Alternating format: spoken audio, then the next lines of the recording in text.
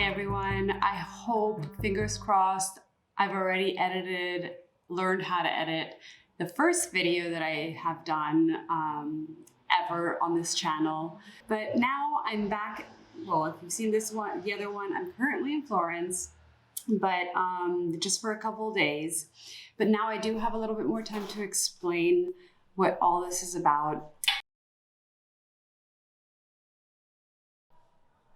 So what can you do if you have an amazing Airbnb like I do, which I will show you probably tomorrow because it's getting really dark now.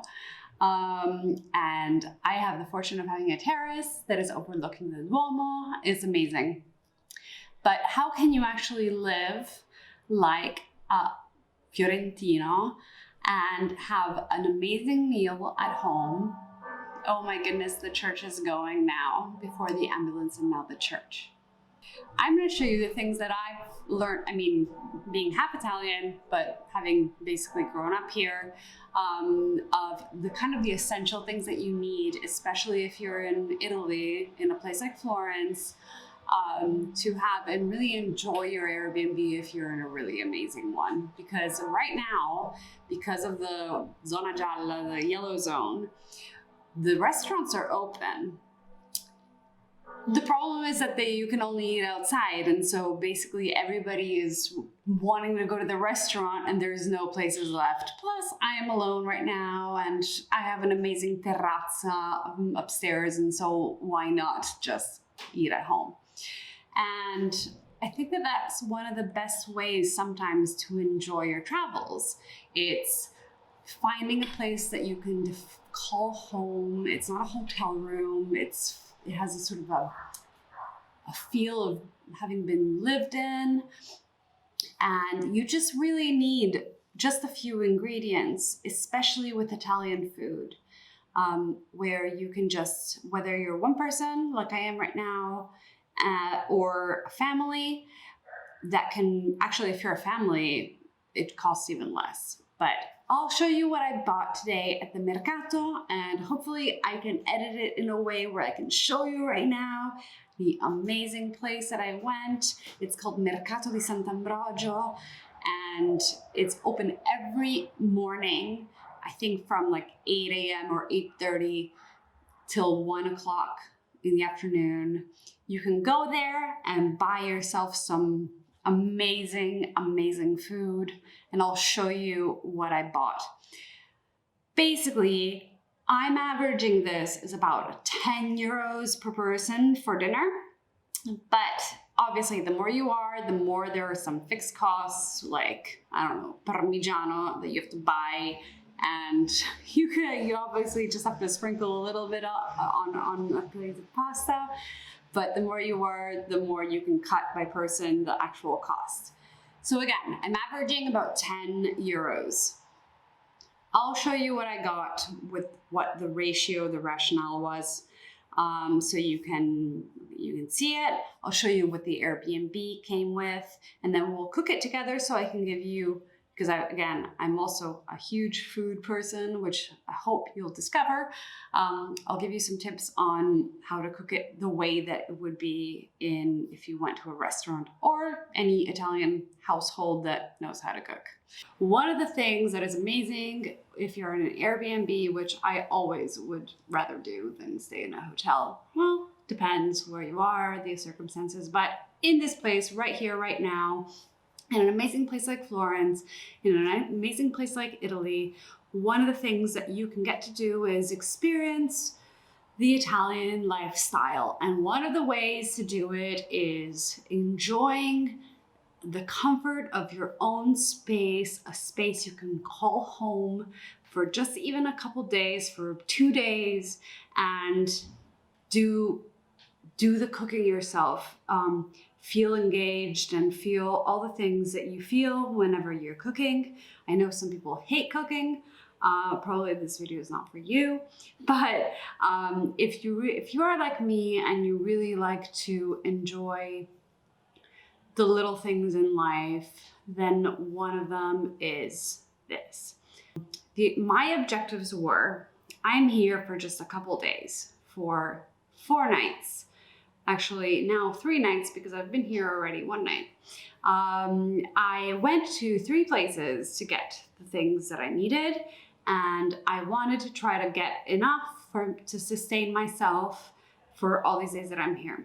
I don't really feel like spending like a gazillion amount of euros on things that I could easily make myself, and I'll show you some of the things that you can easily see on menus. This Airbnb has been completely not been used for over 1.5 years. So one of the things that is usually great about Airbnbs is that you get like the leftovers of the people that were here before you, meaning leftovers in terms of pantry things. Usually there's people that brought coffee or salt or flour or whatever they were using to cook, and obviously depending on where they're going next, they're not going to bring it with them, so they leave it here and the owner of the Airbnb just leaves it in the pantry. This was not the case. This is the first time that it happens to me that all I got was this. It's salt from the Himalayas, like you can grind it so it's just normal salt. I asked him for some salt, like some bigger sea salt, because I will show you that one of the things that you absolutely need in order to cook pasta is the bigger, coarse sea salt. And when I asked him this, he actually was kind enough to bring me also some little olive oil. And so this is what I got. There was nothing else. I asked him also to have a mocha because I love having mocha coffee in like the actual machine in the morning, and he was like, yeah, but the person before me broke it, and so yeah. So I was like, yeah, never mind. So I went to 3 different places. Supermarket, two different ones because I couldn't decide myself on which one I liked the best, but whatever, I had the time. Market, open air market, which is my favorite way of seeing cities and seeing life. It's just amazing. And the bakery. And I went to these 3 places and this is what I got. And I feel like what I got is enough for me to experience the kind of things that I wanted to experience. Obviously, there's so many other things that an Airbnb can't do. So for example, one of the things that I recommend is for those who love meat, a Fiorentina that I will never be able to do even in my own house. I mean, unless we take out the grill that we put on the balcony and blah, blah, blah, blah, blah. But that is like the one thing that I think that you would have to experience yourself. I'm not going, unfortunately, because usually a Fiorentina steak is like this big and I wouldn't even be able to do it justice. The essentials I think that you need for your Airbnb, you can either try to haggle your way into asking the owner if he has it in his own house, if you have the luck that he lives upstairs, downstairs, are Parmigiano Reggiano. Parmigiano Reggiano is one of those things that is sort of a must because it'll just go on everything. When you go to the supermarket, there's always going to be Grana Padano, and I always prefer Parmigiano Reggiano. There's a bunch of videos probably out there that give the difference. Go check them out. But if not, just trust me. If you see the 2 different things, just go for Parmigiano Reggiano. Then onions, garlic are fundamental. Not for every recipe, but it's good to have there. Fine sea salt and the coarse sea salt, the big one. And this is to boil the pasta. Olive oil, butter, and I would put tomatoes in the list as well. But it's not like a core necessity because there's so many things you can do without tomatoes, but there's just so many other things that you can do with tomatoes that you can just whip up in a second, and they are just amazing. And that is what I would probably define as the list to go with in terms of essentials of the pantry. Then there's a couple other things to keep in the fridge, which are either basil and or oregano dried. So basil fresh, oregano dry. Those are really the only two I think that I can think of that you can whip up seriously like a gazillion recipes in a second, and they would be amazing. So let me show you how I divided my things. At the supermarket, especially nowadays, a lot of supermarkets like to specialize in, we're so amazing at kind of identifying local producers that were like competing with all the small bodegas, the smaller shops around, that you should come to us because we have the best local products ever. And they're pretty good at it. Conad, it's called Conad Sapori e Dintorni, is you can find it in a lot of different places around Florence.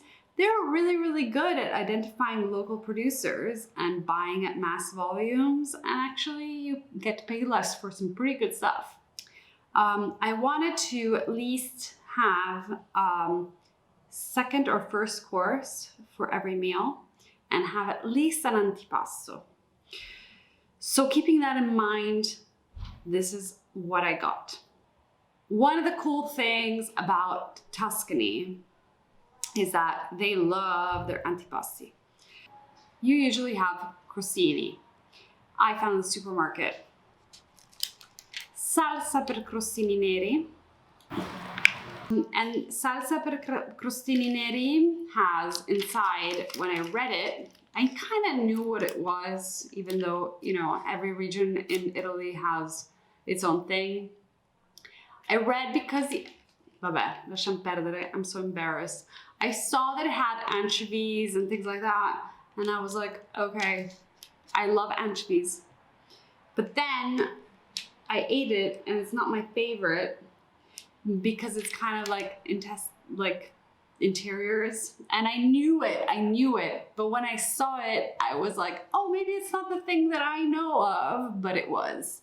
So let's just leave it there. The other one is salsa per crostini rossi, so the red salsa. There. And this one is really, it's vegetarian. So it's seriously basically like a tomato sauce for pasta, meaning that it has tomato sauce, tomato pulp, extra virgin olive oil, salt, broth, pepperoncino, parsley, and pepper. And so basically it's like having a little pasta condiment on top of a piece of bread. Then at the supermarket, I got Parmigiano Reggiano, basil, garlic. Little note here, I bought garlic because I wasn't thinking. I would have bought garlic like I bought the next thing I'm going to show you in the next step, which is onions. I should have gone to buy garlic at the fresh market produce part, because there you can buy just one piece of garlic and not 6. And in terms of costs, it's much, much better, because obviously you're never gonna have in 4 days this amount of garlic, I think.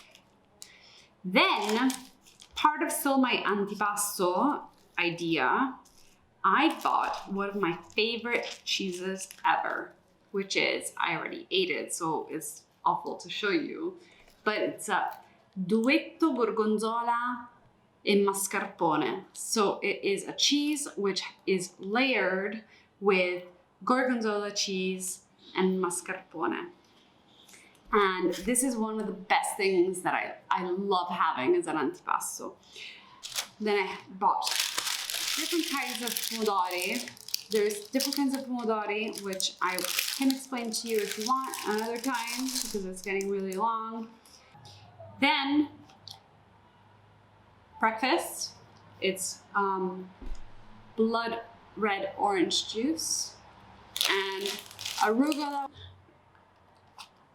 I bought an amazing mozzarella di bufala campana, always from the brand, the own brand of the store. As I explained, they're really, really good at finding producers, so I knew it was gonna be good. I'm gonna have that. The next thing that I did was go to the bakery. I bought some things for the aperitivo to go with for my crostini, and the cheese which I haven't had yet. So in Florence, they have a thing called schiacciata, which is pretty similar to the northern, let's say, cousin, brother, close brother, focaccia. And they have a soft version of the schiacciata, which is like this. And they have a harder one. This is the soft one, which is really, really, really similar to focaccia. And this is what I got to then cut up and put my little sauces on and my little cheeses on, and with a glass of wine, enjoy the view in my Airbnb. Then I bought a couple, still for aperitivo, of pizzette like this. And they're amazing. They're the same thing that they would give you if you're having a glass of wine at a place downstairs. But I just got them and I've been snacking on them. Last but not least, oh no, sorry. Then I'm not a huge dessert person, but I am a huge pistachio fan. I am a huge pistachio fan. And I found these and I said I'm gonna have them at breakfast, overlooking with my orange shoes, overlooking the view. Of course, that's never gonna happen because I don't have breakfast, and I bought these if I had my phone. All right, so these are the two. This is with pistachio and this is with white chocolate. And they're two little biscuits, which I thought were amazing. So I just got them for myself, but they're still here. But I will have them either for merenda, which is like around 4 o'clock when you have a snack, or for breakfast. Last but not least, I went to the Sant'Ambrogio market. And the Sant'Ambrogio market is one of the kinds of markets which I love in Italy. It has an indoor space which has little botteghe of meat, of cheese, a little bit of street food nowadays, and then all on the outside it has fruit and veg. What I was saying before is when you go to the supermarket, a lot of these times with these city supermarkets, they're really small. So they don't have like the huge array of choices and space to provide things. So they give things in packs, like the garlic. I should have gotten the garlic at the market, because you go to the market and you say, hey, I'm one person. Can I have one onion? And they give you one onion, and then you have your onion to cook for yourself for the next couple days. So that's what I did. I wish I had done that, but I was so tired the first day that I just bought a couple things extra at the supermarket. It would have been much cheaper to just go to the market. But pièce de la résistance is, I'm gonna show you right now. I had to change cameras. I hope the mic goes. I hope the camera goes. I hope I'm in focus. But it's okay if I'm not. It's all right. This is something that looks very tiny, but it's for one person. And for all of this, I spent €8. And it's amazing. I will try again to put some video if I can go back. So the first thing I got was tortelli with buffalo milk cheese and mushrooms. And they actually, when you go there, I will show you the stand where I went to. They will tell you what is the recommended portion per person. And because they're actually fairly big, I hope the focus works. They only recommended 4 per person. And that's kind of like standard in a restaurant that has like homemade pastas. And what there was really, they were really sweet. They put the minutes that you need to cook them in. So this was 7 and 8 minutes. I also got these. These are like a kind of shape of pasta, like sort of like agnolotti, huge. And they are 7-8 minutes, and they have cheese and pears inside. And these are the ones that kind of attracted me to this place. These were, I mean, I walked around everywhere. I left, and then I went back for those. Then I bought, because I asked them, you know, hey, I'm here for just a couple days. I'm from Milan. Can you kind of like guide me on like what is something that I would probably have here and not in Milan? And this is kind of like what they were, you know, it was a conversation more than a direction, because it wasn't definitely a tourist trap. One of the things they recommended, I asked them, and you should too, is if you get pastas, you should say like, qual è il condimento? What should I put it with? Should I put it with cheese, with Parmigiano Reggiano, with just oil, with just butter, with, you know, how should I eat these? And they recommended for these to have it with a pecorino cheese cream. And so I got very, very little, and they explained to me exactly what I should do with it, which is boil these, use a little bit of water, of the cooking water of these, and add it to this to make it a little bit warm. Then put this at the bottom of the plate, and then put these on top. And that's it. So that's what I'm going to do tonight. The last 2 things I got at this place were for my antipasti, which I was telling you about before, is a little bit of salame toscano, Tuscan salami, which obviously you can buy in Milan as well, but you know, when in Tuscany. So I just got this amount for myself.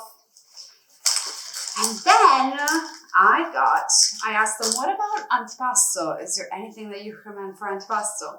And they had a whole bunch of different little things, but I opted for this red, really, really spicy, I don't remember the name, I will Google it, kind of thing. And it's actually made with a little white transparent fish. And they immerse it in like, I think it's from Calabria.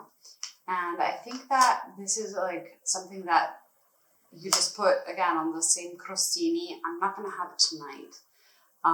But it's extremely, extremely spicy. And that's it. I didn't have to do anything at home, and it's as if I were in a restaurant. I just got it outside. So let's get cooking. I'm starving. All right, so the first thing I'm gonna do is look at what we've got to work with.